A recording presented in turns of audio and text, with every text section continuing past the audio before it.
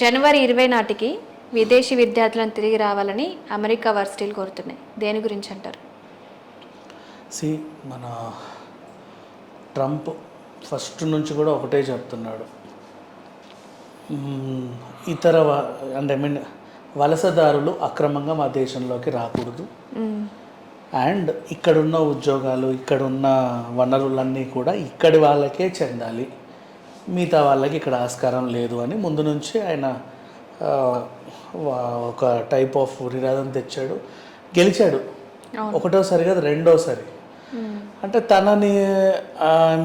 తను చెప్పే సిద్ధాంతాలని కూడా ఫాలో అయ్యే వాళ్ళు కొంతమంది ఉన్నారు అని అర్థం. కొంతమంది ఏం కర్మ, అమెరికా కూడా ఫాలో అవుతుంది.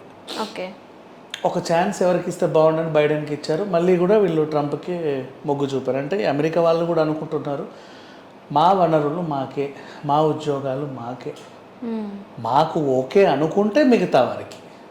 ఓకే, ఇది బేసికలీ. ఇప్పుడు ఆ అక్రమ వలసదారులని ఆపాలన్నా ఇంకేమన్నా చేయాలన్నా ట్రంప్ ఇప్పుడు 20కి ప్రమాణ స్వీకారం చేస్తున్నాడు.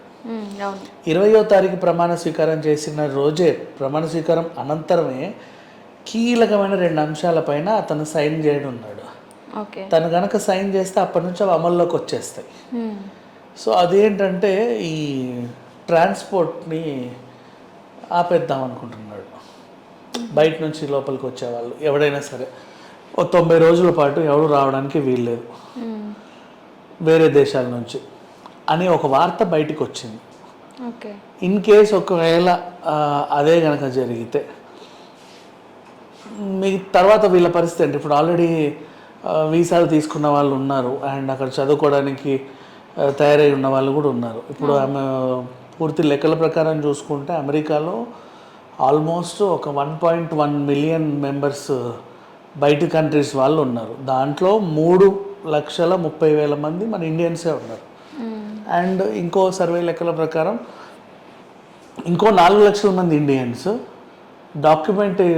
డాక్యుమెంట్స్ లేకుండా అక్కడ చదువుకోవడానికి వెళ్ళిన వాళ్ళు కూడా ఉన్నారు. సో ఇప్పుడు ఈ Massachusetts institute of technology MIT ఏం చెప్పిందంటే, పిల్లలు మీరందరూ వెనక్కి వచ్చేయండి, ఎప్పటికీ జనవరి 20 లోపు. ఇప్పుడు శీతాకాలంలో కూడా చాలామంది సెలవులు తీసుకొని వేరే కంట్రీస్కి వెళ్తారు. వీళ్ళైనా వాళ్ళైనా ఎవరైనా సరే ముందు 20 లోపు వచ్చేయండి అంతే. ఇన్ కేస్ ఆయన గద్దెనెక్కిన తర్వాత సడన్గా అన్నీ గనక కత్తిరిస్తే ఇంకా మీరు తర్వాత రావడానికి ఉంటుందో ఉండదో తెలియదు. ఈ లోపే వచ్చేసారనుకోండి, మీ బాగోగులన్నీ మీ ఎంబసీ చూసుకుంటుంది, మీకు పెద్ద టెన్షన్ ఏం లేదు. అండ్ H1B వీసా వాళ్ళకి టెన్షన్ పడాల్సిన అవసరం లేదని చాలామంది కూడా చెప్తున్నారు. సో ఇప్పుడు చదువుకునే వాళ్ళ పరిస్థితి, నువ్వు అవతల రాకూడదు అంటే ఇక్కడ చదువుకోకూడదని కూడా ఉంటుంది. ఇక్కడే చదువుకొని మళ్ళీ ఇక్కడే ఉద్యోగాలు ట్రై చేసుకుంటూ ఇక్కడే స్థిరపడిపోతున్నారు. ముందు అమెరికన్స్ అందరూ అన్ని రంగాల్లో స్థిరపడ్డాక ఇంకా చాలే మాకు ఎవరికైనా ఇచ్చేయండి ఎక్కువ అయిపోయింది అని వాళ్ళు అనుకుంటే అప్పుడు మిగతా వాళ్ళకి ఇస్తాను అని ట్రంప్ వాళ్ళకి చెప్పాడు. వాళ్ళు కూడా హ్యాపీ ఫీల్ అయ్యారు, అవును మంది మనకే అని. ఇప్పుడు అది చెప్పినందుకే కదా తెలంగాణలో వాళ్ళని గెలిపించారు, 10 ఏళ్ళు ఉన్నారు. సో అట్లా ఇక్కడ ట్రంప్ది వేరు, ఇక్కడ వీళ్ళది వేరులే. వీళ్ళు ఏంటంటే వచ్చి ఇన్నాళ్ళు అన్ని దోచుకొని ఉన్నారు, మళ్ళీ తరిమేశారు. అక్కడ ఆయన ఏం చేస్తాడా అని ఒక 5 ఏళ్ళు చూశాడు ఆయన పాలనని, నచ్చింది వాళ్ళకి. ఏదో ఒక రకంగా మంది మనకే ఉంటే బాగుండు కదా, ఆయన దోచుకోలేదు పాపం, అందుకే మళ్ళీ గెలిపించారు. సరే ఈయన ఉంటే మంది మనకే ఉంటుందేమో అని. కాకపోతే ఇప్పుడు ఇండియన్స్ వీళ్ళ పిల్లలు అండ్ మోస్ట్లీ ఇక్కడ సఫర్ అయ్యేది ఎడ్యుకేషనల్ ఇన్స్టిట్యూషన్స్. ఎందుకంటే అక్కడ ఉన్న మహా ఎడ్యుకేషన్ ఇన్స్టిట్యూషన్స్ యూనివర్సిటీలు కూడా చెప్పాలి అంటే 90% ఇండియా మీద ఆధారపడే ఉంటాయి. మనోళ్ళే వెళ్ళి చదువుకునేది. ఇప్పుడు అంతెందుకు, మన ఫ్రెండ్స్ సర్కిల్లో 4 అడిగినా కూడా ఏం చేస్తున్నావంటే బాబు బీటెక్ అయిపోయిందని, ఏంటంటే అవుట్ ఆఫ్ పోతా అంటున్నాడు. అంతే కదా, అమెరికాలో చదువుకోవాలి, అమెరికా ఖచ్చితంగా ఫస్ట్ ప్లేస్లో అమెరికా ఉంటుంది, మిగతా కంట్రీస్ తర్వాత.